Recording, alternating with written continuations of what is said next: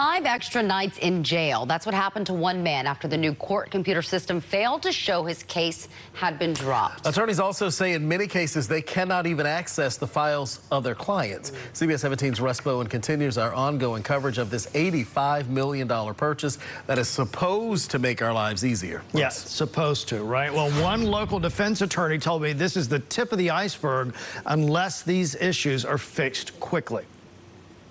We can't even perform a calendar search at this point in time because nothing shows up. Just like other attorneys I've recently spoken to, Lindsay Granados is having major problems doing her job. We are hamstrung right now by the system. Granados is the president of the Wake County Criminal Defense Bar. As Tyler Technologies' new computer system was preparing for its pilot launch, she was one of the few non-governmental attorneys allowed inside scheduled planning meetings. We didn't know how the software was going to work in theory or in practice. For 6 months, she raised concerns, some of which are now a serious reality today.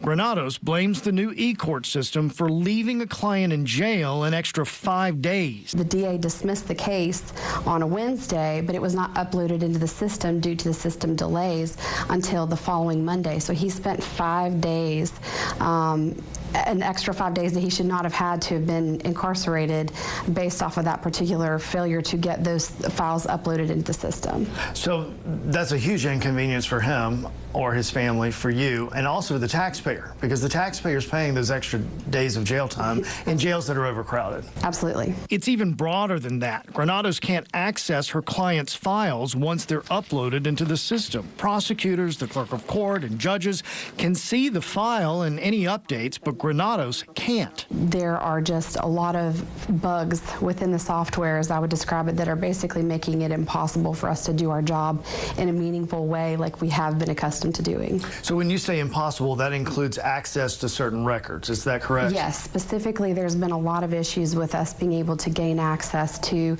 charging documents such as warrants that should be uploaded in the system since the go live date of February the 13th.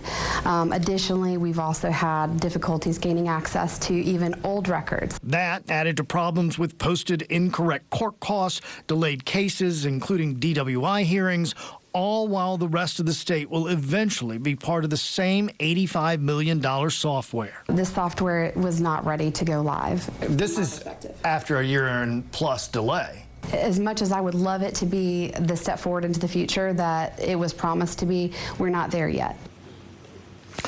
And Granados does say that staff at the Administrative Office of the Courts, which is overseeing this big project, has tried to work through some of these issues. Tyler is on site to address issues at the courthouse, but that's not really helping the attorneys who are in their offices, guys. No. Yeah, that's it. This is going to be interesting. All right, Russ, thank you very much. Thank you for the good